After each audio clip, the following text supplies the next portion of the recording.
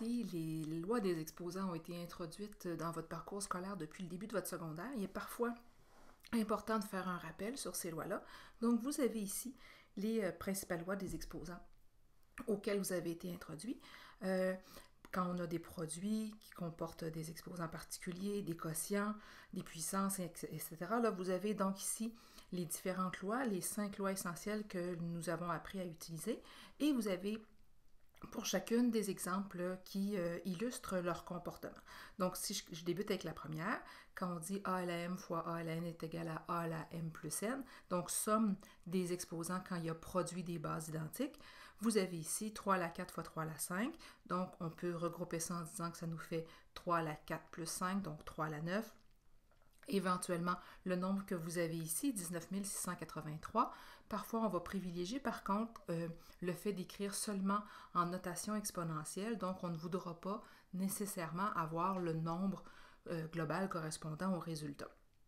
Si on regarde maintenant le quotient, A à la M divisé par A à la N étant comme résultat la division donc, de nos bases, on va avoir à ce moment-là une soustraction de nos exposants. Comme exemple, 5 à la 8 divisé par 5 à la 6, on aura 5 à la 8 moins 6, donc 5 à la 2. Ensuite, si on a un produit qui est affecté d'une puissance particulière, donc d'un exposant ici M, alors A fois B à la M, on dira A à la M fois B à la M. Donc, il y aura distribution de l'exposant sur chacun des termes de la multiplication. Maintenant, ici, il est essentiel d'être prudent.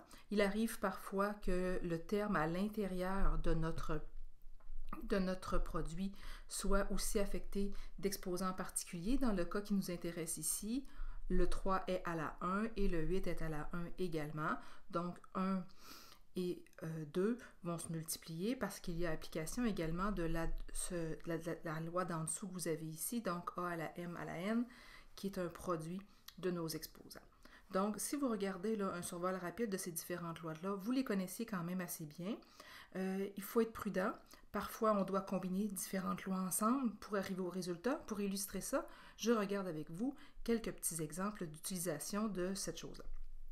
Donc, si je débute avec l'exemple 1, où on a 2 à la 8 divisé par 2 à la 5 à la 3, on pourrait, dans un premier temps, indiquer que ce que nous faisons, c'est d'abord la division de nos bases. Donc, à ce moment-là, ici, 2 à la 8 divisé par 2 à la 5, on aura 2 à la 8 moins 5, qui est l'équivalent d'avoir 2 à la 3. Tout ça est à la puissance 3, donc ça revient à avoir 2 à la 3 fois 3, donc 2 à la 9. Est-ce que je vais avoir le nombre correspondant au résultat de ça? Pas du tout. Je vais me limiter à ma notation exponentielle. Pour le second exemple, j'ai A à la 4, B à la 3, C à la 2, tout ça est à la 7. Donc ici, on a distribution de cet exposant-là sur chacun des exposants. Donc j'aurai ici distribution de mon exposant 7 sur chacun de mes termes. Et à ce moment-là, j'aurai l'application de cette loi-ci. Donc, on y va. A à la 4 à la 7, ça nous fera A à la 4 fois 7. Ensuite, j'ai B à la 3 fois 7. Et j'aurai pour terminer C à la 2 fois 7. Vous remarquez qu'à chaque fois ici, j'écris bien le produit entre chacune de mes variables pour me rappeler que, parce qu'il y a plusieurs opérations à faire, là, essentiellement, c'est ce que j'avais au départ. Alors, 4 fois 7, ça nous donne 28, donc j'aurai A à la 28, B à la 21 et C à la 14.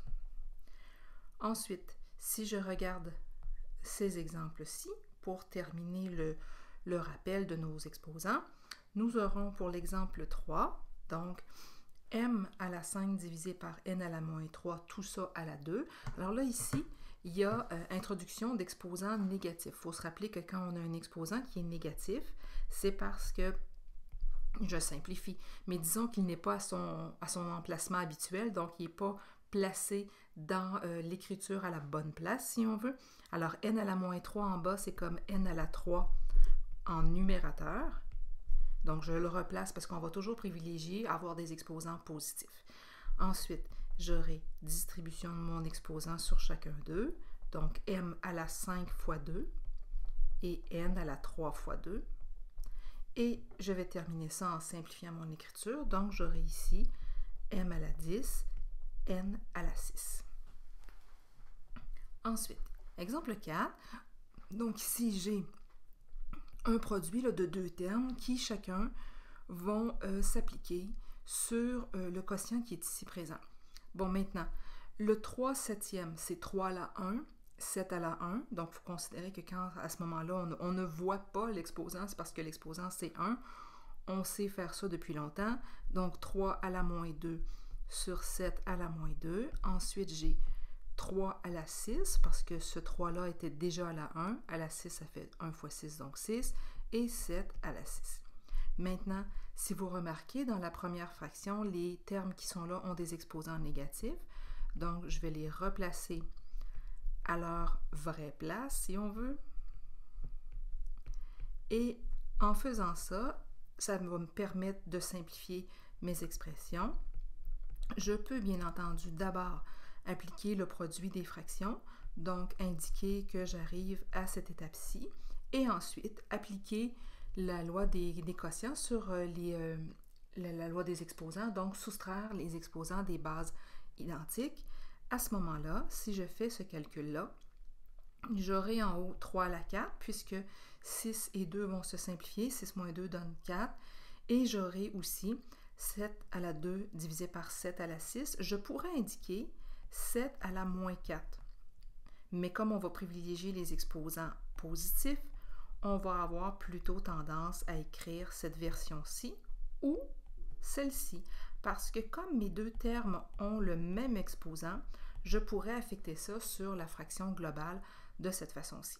Et avec ça, vous avez un retour global sur les lois des exposants.